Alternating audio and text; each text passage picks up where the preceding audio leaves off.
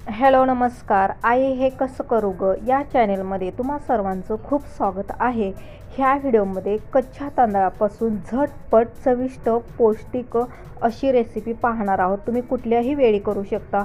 तर चला तर व्हिडिओला सुरुवात करूया.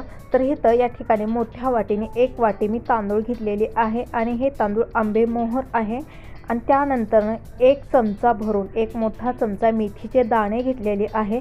आता मेथीचे दाणे आपल्या सर्वांसाठी खूपच फायदेशीर ठरतात. हाड मजबूत होतात. तसंच आपल्या केसांसाठी आपल्या आरोग्यासाठी मेथी हे परफेक्ट आहे.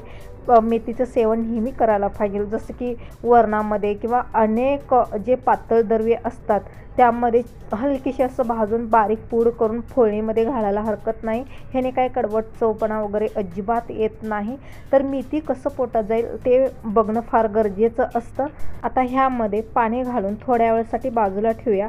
जसं की 15 मिनिट किंवा अर्धा तास जेवढा वेळ तुम्हाला हवा आहे तेवढा वेळ तुम्ही ठेवू शकता. काही हरकत नाही. तोपर्यंत चटणीची तयारी करूया. तोपर्यंत हे भिजल व्यवस्थितपणे. तर हे मी बाजूला ठेवते. तर बघा चटणीची आपण तयारी करून घेऊया. इथं ओलं खोबरं आणि शेंगदाणे आणि हिरव्या मिरच्या 3-4 घेतलेली आहे आणि कोथिंबीर घेतलेली आहे. तुमच्या आवडीप्रमाणे तुम्ही तिखटला कमी जास्त हिरव्या मिरच्या करू शकता. आणि जर का तुमच्याकडे ओलं नारळ नसेल तर काय करायचं आहे, नारळाचे थोडेसे तुकडे घ्यायचे. ते पाण्यामध्ये एक अर्ध्या तासासाठी किंवा 1 तासासाठी कोमट पाण्यात ठेवायचे आहे. ते ओलं खोबरं आपोआप तयार होतं. किंवा तुमच्याकडे वेळ नसेल तर काही हरकत नाही, सुकं खोबरंसुद्धा तुम्ही वापरू शकता. आता बघा या ठिकाणी आपण मिक्सरच्या भांड्यामध्ये काढून घेतलं सर्व. आता ह्यामध्ये मीठ घालूया चवीनुसार आणि साखरसुद्धा 1 चमचा घालून घेऊया. साखरेने छान टेस्ट येते. तर साखर कुठल्याही चटणीत थोडीशी घालावं, छान टेस्ट येते. आता अर्धा लिंबू पिळूया. आता इथं दह्याची अजिबात गरज नाही. असंच चटणी करून बघा एकदा. अगदी दह्यासारखी टेस्ट येते. कुठल्याही प्रकारचं काही कमीपणा भासत नाही. टेस्टी लागते, चवदार ही चटणी होते. तर अर्धा लिंबू पिळून घेतलं. त्यानंतर बघा पाऊण वाटी तर मी पाणी वापरत आहे, कारण आपल्याला सरसरीत इथं चटणी हवी आहे. तर हे मस्त आता मिक्सरला लावून बारीक पेस्ट करूया. आता आरोग्याच्या दृष्टीने ह्या चटणीमध्ये तुम्ही 3-4 पाकळ्या लसूणसुद्धा वापरू शकता आणि जिरंसुद्धा वापरू शकता. पण ह्या चटणीत मी दोन्हीही स्किप केलेलं आहे. साधी सिंपलच ठेवलेली आहे. अशी चटणी तुम्ही एकदा नक्की ट्राय करा. फार सुंदर, फार सुरेख लागते, चविष्ट लागते. डोश्यावर खा किंवा इडलीवर खा किंवा कुठल्याही प्रकारचे वडे वगैरे असेल, साबुदाणा वडा वगैरे कुठल्याही प्रकारच्या वड्याबरोबर ही चटणी फार चविष्ट लागते. आता बघा फोडणी तर आपल्याला लागणारच आहे. तर गरम तेल केलेलं आहे इथं. आता मोहरी टाकूया. त्याचबरोबर थोडेसे कढीपत्तासुद्धा टाकूया. छान कडक फोडणी ह्यावरती घालून घेऊया. मस्त छान कलर एकदम छान आलेला आहे. कलर बघू शकता तुम्ही. फार सुंदर एकजीव करून घेऊया. ही चटणी आपली झटपट छान तयार झालेली आहे. आता ही चटणी थोड्या वेळासाठी मस्त झाकून बाजूला ठेवूया.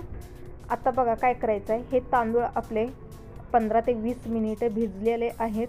लगेचच भिजतात हे तांदूळ. तर बघू शकता तुम्ही इथं तुकडे होतात.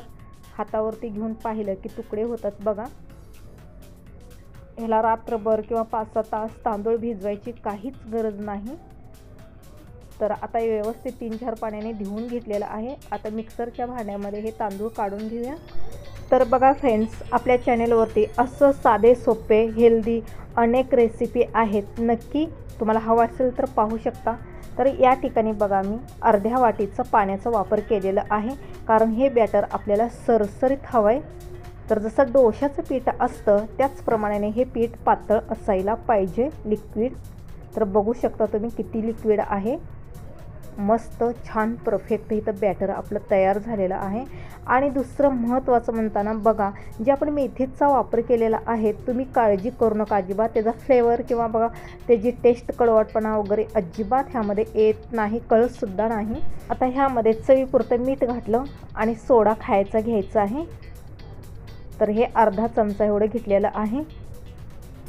मस्त ह्याच्याने डोसे तयार होतात. आता हे एकजीव व्यवस्थितपणे ढवळून घेऊया. शेवटी स्क्रीनवरती गव्हाच्या पिठापासून झटपट होणारा एक पदार्थ दाखवलेला आहे. खूपच हेल्दी असेल, लहान मुलातील सगळ्यांना खूपच आवडणारा आणि खूपच हेल्दी आहे. ते शेवटी तुम्हाला स्क्रीनवर दिसणार आहे. नक्की तो व्हिडिओ बघा. तर बघू शकता या ठिकाणी मी कढईमध्ये हे जे फटाफट डोसे तयार करत आहे. पण तुमच्याकडे असं डोशाचा तवा वगैरे असेल तर तुम्ही वापरू शकता. कढईमध्ये छान होतात डोसे. मला कढईमध्ये करायला फार आवडतं. डोसा असेल किंवा कुठल्याही प्रकारचे जे तव्यामध्ये आपण करतो ते मला कढईमध्ये करायला फार आवडतं, कारण कढईमध्ये व्यवस्थित छान मस्त होतात. तर बघू शकता या ठिकाणी असं 1-1, 2-2 चमचा बॅटर कढईमध्ये घालायचं आहे आणि थोडंसं सुरुवातीला तेल टाकायचं आहे, काही थेंब, आणि त्यानंतर बघा असं झाकण ठेवून द्यायचं आहे.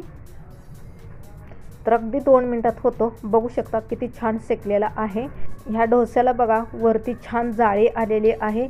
अगदी मऊ लुसलुसीत जाळीदार आपला डोसा तयार होतो. चविष्ट, परफेक्ट. कुठल्याही वेळेला हे तुम्ही नाश्ता बनवू शकता. जसं मी मगा म्हणाले त्याप्रमाणे सकाळी बनवा, किंवा बघा मुलं शाळेतून येतात झटपट त्यांना हेल्दी म्हणून, किंवा मुलांच्या डब्याला, किंवा आयत्या वेळेस भूक लागलेली आहे, हे ते खाण्यापेक्षाही झटपट पदार्थ करून खाण्यास काही हरकत नाही. तर ही रेसिपी कशी वाटते नक्की कमेंट्स करून सांगा. आणि असेच महत्त्वपूर्ण जर तुम्हाला व्हिडिओ बघायचे असतील माझे, तर नक्की सबस्क्राईबचं बटन दाबून सबस्क्राईब करायला विसरू नका. तर फायनली आपलं इथं मस्त डोसा आणि चटणी तयार झालेली आहे. फक्त तांदूळापासून बनवून सुद्धा एवढे मऊ लुसलुसीत होतात की जेव्हा तुम्ही बनवाल तेव्हा तुम्हाला विश्वास बसणार नाही की एवढे सॉफ्ट मऊ फक्त तांदळापासून झटपट असा पदार्थही होऊ शकतो. तर नक्की ट्राय करा. तर बघू शकता अगदी लुसलुसीत मऊपणा आलेला आहे. फारच आत्ता राहत नाही खरं तर बघू शकता. तर चटणी आणि डोसा एन्जॉय करा. भेटूया लवकर पुढच्या व्हिडिओमध्ये. तोपर्यंत बाय बाय. थँक्यू.